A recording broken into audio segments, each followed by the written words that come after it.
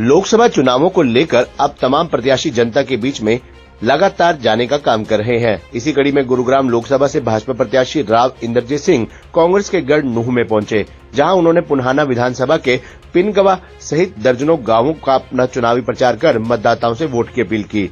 राव इंद्रजीत सिंह ने कहा कि मैं 2009 से गुरुग्राम लोकसभा सीट से लगातार जीत रहा हूं। आज भी मैं यहां आकर आपके हमसफर के तौर पर आया हूं। राव इंद्रजीत सिंह ने इस दौरान कांग्रेस प्रत्याशी राज बब्बर के राजा वाले बयान पर भी पलटवार करते हुए कहा कि जमीनी हकीकत तो यह है कि वह 2004 से लगातार इस क्षेत्र से जीत हासिल कर रहे हैं, जो बिना लोगों के समर्थन के संभव नहीं है। तो हम कई देर तक दे सकते हैं, कई उपलब्धियां गिनवा सकते हैं, लेकिन मैं समझता हूं कि आप समझ रहे होंगे कि टाइम आज के दिन सबसे कीमती है। और मेरी पार्टी के अध्यक्ष ने और आपके सरपंच ने और जाहिर चेयरमैन ने, इन सभी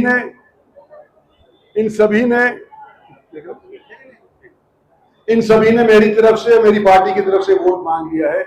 मैं ही रह गया। मैं आपसे ये कहना चाहता हूं कि आप लोगों ने मुझे पहले अपना वोट दिया। 2009 से मैं गुड़गांव लोकसभा क्षेत्र से जीतता आया हूं और हर बार अव्वल वोटों से जीतता आया हूं।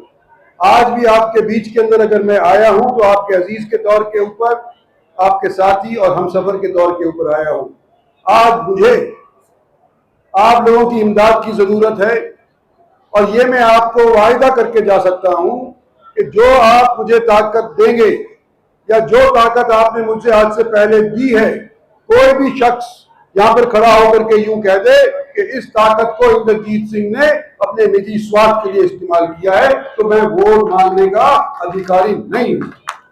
और अगर आपकी दी हुई ताकत को लोगों के लिए इस्तेमाल किया है, आने वाले समय के अंदर आप लोगों की तरक्की के लिए ही मैं इस ताकत को इस्तेमाल करूंगा, तो मुझे एक भी वोट अलग नहीं जाने की उम्मीद है। सारी की सारी मुझे वोट आपकी चाहिए। सभी बिरादरियों से, सभी मजहब से हाथ जोड़ करके मैं प्रार्थना करना चाहता हूं कि 25 तारीख को मेरा चुनाव चिन्ह कमल का फूल है और 25 तारीख को मेरे को आप सवारे। आने वाले समय के अंदर 5 साल मैं आपके लिए काम करूंगा। यही मेरी आपसे विनती है। धन्यवाद और जय हिंद।